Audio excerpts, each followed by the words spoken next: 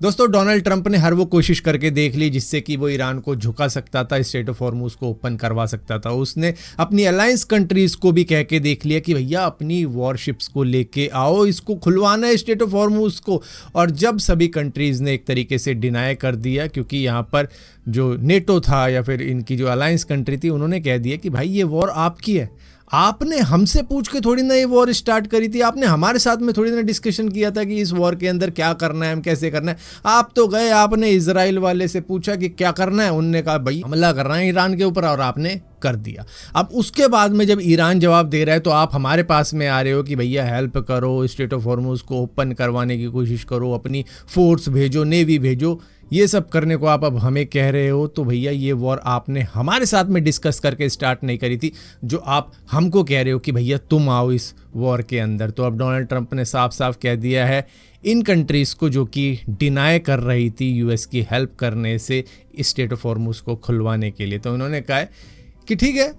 अब आप नहीं आ रहे हो हेल्प के लिए, तो आप ये याद रखना कि हम भी नहीं आने वाले हैं आपकी वॉर के अंदर, तो आप हमें तो भूल जाओ। हाँ, आपको ऑयल चाहिए ना, ईरान नहीं देने वाला आपको, आप यूएस से बाय कर लो, हमारे पास बहुत सारा ऑयल पड़ा हुआ है, आप हमसे बाय कर लो। और अगर आपको हमसे बाय नहीं करना है तो अपने अंदर जो थोड़ी सी लेट हो गई है ना हिम्मत आने में, वो हिम्मत को जुटाओ, स्ट्रेट ऑफ हॉर्मूज को फिर ज़बरदस्ती खुलवाने पहुंच जाओ। और हाँ, अपनी लड़ाई अब खुद से लड़ना सीख लो, अपने अंदर उतनी करेज लाओ कि अपनी लड़ाई अब खुद से लड़ पाओ तुम, क्योंकि यूएस से नहीं आने वाला है अब आपकी हेल्प करने के लिए आगे चल के,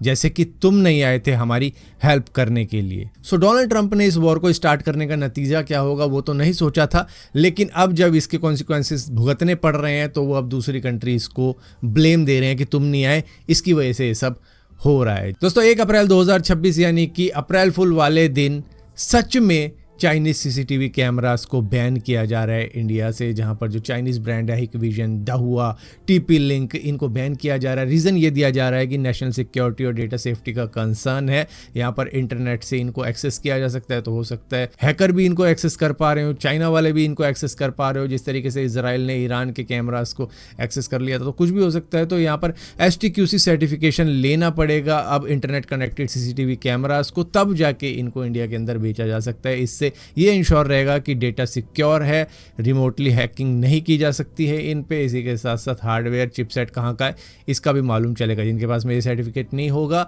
उनको फिर बैन कर दिया जाएगा इंडिया से। 1 अप्रैल 2026 से इनकी सेल्स बंद हो जाएगी, और हो भी रही होगी तो फिर ब्लैक में या ऑफलाइन मार्केट में होगी, ऑफिशियली इनकी सेल नहीं हो सकती है। जिसके बाद में अब जो चाइनीज़ कंपनी है वो ऑलमोस्ट आउट हो जाएगी सीसीटीवी कैमरा की मार्केट से इंडिया के अंदर। हालांकि 80% डोमिनेशन इन्हीं की थी, लेकिन आगे चल के देखते हैं अब क्या होता है। और सीसीटीवी कैमरा के प्राइजेस आप 15 से 20% बढ़ता हुआ देख सकते हो शायद 1 अप्रैल 2026 से, क्योंकि एक तो सर्टिफिकेशन कॉस्ट लग जाएगी, ऊपर से सप्लाई चेन भी क्योंकि नहीं है इनके पास में, जो कि नहीं बेच पा रहे थे इंडिया के अंदर। अब चाइनीज़ कंपनी के जाने के बाद में इनका नंबर आएगा, तो फिर जब सप्लाई इनफ नहीं होगी तो ये इनको अपने प्राइस बढ़ाने पड़ेंगे, तो यहाँ पे शायद सीसीटीवी कैमरा महंगे हो सकते हैं। दोस्तों यूरोप के अंदर 12 टन किटकैट की चोरी हो चुकी है, यानी कि 12,000 kg किटकैट गायब है, जो कि इटली से जा रही थी पोलैंड की तरफ डिस्ट्रीब्यूट होने के लिए। यहाँ पर 4 लाख से भी ज़्यादा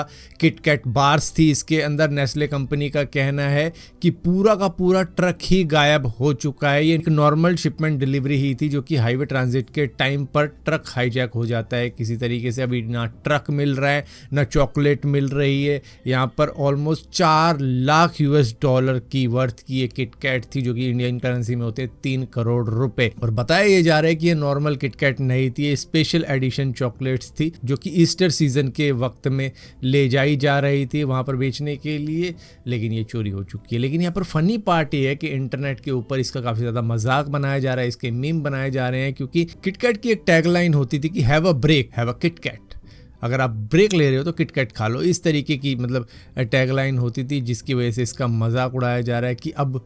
किसी को ब्रेक कैसे मिलेगी, किटकैट तो चोरी हो चुकी है। चोरों ने ब्रेक ले लिया है बहुत ज्यादा सीरियस, पूरा का पूरा किटकैट का कंसाइनमेंट ही उड़ाकर। और यहाँ पर ब्लिंकिट भी कम नहीं है, उन्होंने भी कुछ इस तरीके का आर्ट डाला है किटकैट को लेकर। यहाँ पर प्लेन के डिजाइन कुछ इस तरीके के बनाए जा रहे हैं किटकैट को लेकर। यहाँ पर अमेज़न, माइक्रोसॉफ्ट, डोमिनोज, सभी कुछ ना कुछ कह रहे हैं किटकैट को लेके। हालांकि किटकैट वालों को तो काफ़ी ज़्यादा नुकसान हुआ है, लेकिन एक तरीके से उनको फ्री की ब्रांड प्रमोशन मिल गई, लेकिन काफ़ी ज़्यादा महंगी पड़ गई। ये प्रमोशन पूरा का पूरा ट्रक ही गायब हो गया। दोस्तों, फॉरेन कंट्रीज के अंदर हर पुलिस वाले के चेस्ट के ऊपर एक कैमरा होता है जिसको बॉडी कैम कहते हैं, जिससे कि मालूम चल रहा होता है कि पुलिस क्या कर रही है और क्या नहीं कर रही, क्या वो मतलब किसी से ब्राइब तो नहीं ले रही, इस तरीके की चीज़ें होती है, वो क्या इन्वेस्टिगेट कर रही है, कैसे उन्होंने चालान किया, ये सारा मालूम चलता रहता है उस बॉडी कैम की वजह से। अब यहीं पर बेंगलुरु के अंदर भी इस चीज़ को इनिशिएट किया गया था, जहां पर 3 पुलिस वालों उनको सस्पेंड कर दिया गया क्योंकि उनके ऊपर जो बॉडी कैम लगाया गया था उन्होंने उसको ऑफ कर दिया था और यहाँ पर मोटरसाइकिलिस्ट से वो पैसे ले रहे थे, ब्राइब ले रहे थे। अपनी गलती को छुपाने के लिए, अपनी रिश्वतखोरी को छुपाने के लिए उन्होंने उस कैमरे को ऑफ कर दिया था ताकि वो ब्राइब ले सके। जिसके बाद में जब मल्टीपल कंप्लेंट्स आई कि इन्होंने इस तरीके की चीज़ें कर रखी हैं, तो इनके ऊपर इंक्वायरी बैठ गई और इसके बाद में इनको सस्पेंड भी कर दिया गया। यहाँ पर 3 पुलिस वालों ने इस तरीके का काम किया था और मैं तो कहूँगा पूरे इंडिया के अंदर इस तरीके के बॉडी कैम लग जाने चाहिए, जिससे कि मालूम चले कि कौन पुलिस वाला सही है, कौन पुलिस वाला गलत है। ज़्यादातर ट्रैफिक पुलिस वालों के साथ में ऐसा होता है कि वो ज़्यादातर पैसा ले दू के छोड़ते हैं किसी ना किसी को, और जो नहीं देता फिर उसके ऊपर हैवी फाइन लग जाता है। और यहीं पर जो नॉर्मल पुलिस वाले होते हैं वो भी कई बार पकड़े गए हैं ब्राइब लेते हुए, तो इस तरीके की चीज़ें शायद बचा सकती है नॉर्मल जनता को, जिनके साथ में कई बार पुलिस वाले मिसबिहेव कर देते हैं अपनी पावर की वजह से। दोस्तों, एक बार इस महिला के फेस को देखो, आपको देखने पर लगेगा शायद इन्होंने लिप फिलर करवा रखा है, शायद वहीं पर कोई गड़बड़ी हो चुकी है। लेकिन ये कह रही है महिला कि भैया वंदे भारत में 27 मार्च को मैं जब वाराणसी से देवघर जा रही थी तो मुझे जो फूड प्रोवाइड किया गया उसकी वजह से मुझे इस तरीके की एलर्जी हुई है। इसी के साथ साथ मेरे बच्चे को भी डायरिया हुआ है, काफ़ी ज़्यादा सीवियर डायरिया हुआ है, जहाँ पर ये अपनी मेडिकल रिपोर्ट भी दिखा रही है कुछ इस तरीके की कि खाने में कुछ ऐसी चीज़ थी जिसकी वजह से हमें एलर्जी हो चुकी है, मुझे एलर्जी हुई है, मेरे बच्चे को डायरिया हो चुका है। यहाँ पर ठीक है, वंदे भारत के अंदर जो पटना से टाटानगर जा रही थी उसके अंदर भी दही के अंदर वॉर्म्स या कह लो मैगेट मिले थे, जो कि मतलब काफ़ी ज़्यादा घिनौने लग रहे थे देखने में, और लोगों की थाली तक में मिले थे। तो इतनी ज़्यादा क्वालिटी गिर चुकी है वंदे भारत की। लेकिन इस केस के अंदर थोड़ा सा ऐसे लग रहा है कि इन्वेस्टिगेशन होनी ज़रूरी है, क्योंकि अगर जिस तरीके की एलर्जी इन महिला को हुई है शायद किसी और को भी हुई होगी, या बच्चे को हुई है किसी और को भी हुई होगी, तो मालूम चल सकता है कि सच में वंदे भारत की क्वालिटी इतनी ज़्यादा गिर चुकी है फूड की, क्योंकि वहाँ पे तो विजिबल था, जो वर्म्स वगैरह दिख रहे थे वो विजिबल थे। लेकिन यहाँ पर ऐसा लग रहा है क्या पता ये महिला ने लिप फिलर करवा रखा हो जिसका ये रिएक्शन कुछ इस तरीके का, या फिर कुछ और हो, क्योंकि खाना खाने से लिप इस तरीके से सूज सकते हैं, वो थोड़ा सा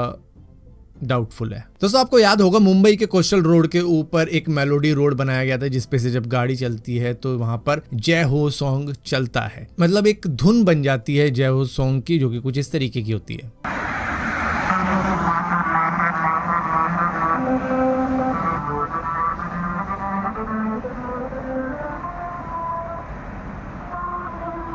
अब कई सारे लोग जो कि इसके ऊपर से गाड़ी चलाते हैं उनको तो अच्छा लगता है, लेकिन जो लोग आसपास में रह रहे थे, सोसाइटी में रह रहे थे, उनकी कंप्लेंट थी यहाँ से बहुत ज़्यादा नॉइज़ आती है और 24 घंटे आती है और सेम नॉइज़ आती है, जिसकी वजह से काफ़ी ज़्यादा इरिटेट हो चुके थे। इन्होंने कंप्लेंट डाली थी बीएमसी को, जिसके बाद में रिजल्ट ये मिला है कि रात के वक्त में इस रोड के ऊपर कोई भी गाड़ी नहीं चलेगी। जो ये म्यूजिकल रोड का एक पट्टी है उसको ब्लॉक कर दिया जाएगा, रात में उधर से गाड़ियाँ नहीं चलाई जाएंगी। हाँ, दिन में चला सकते हैं लोग, लेकिन रात में इसको पूरी तरीके से ब्लॉक कर दिया गया है। दोस्तों, पाकिस्तानी फास्ट बॉलर नसीम शाह ने सोशल मीडिया के ऊपर मरियम नवाज को लेकर एक कमेंट कर दी थी कि इनको क्वीन की तरह क्यों ट्रीट किया जा रहा है, कुछ इस तरीके की बात करी थी, जिसके बाद में वो पोस्ट डिलीट भी कर दी थी, लेकिन लोगों ने उसकी फोटो ले ली, वो काफ़ी ज़्यादा वायरल हो गई, जिसके बाद में इसको पॉलिटिकल कमेंट मानते हुए पीसीबी ने एक तगड़ा फाइन लगा दिया है इन पे, जो कि करीबन 60 से 65 लाख रुपए, इंडियन करेंसी की बात कर रहा हूँ, पाकिस्तान में तो वो 20 मिलियन पाकिस्तानी रुपये हो जाते हैं। दरअसल इन्होंने जिस तरीके की ये पोस्ट करी उसको थोड़ा सा पॉलिटिकल माना गया, जिसकी वजह से इन पे फाइन लगा। इनको तो 2 साल का बैन भी लग रहा था, लेकिन मोहसिन नकवी ने किसी तरीके से उसको रुकवा के इन पे फाइन ही लगवाया, जिसकी वजह से इनका करियर बच गया।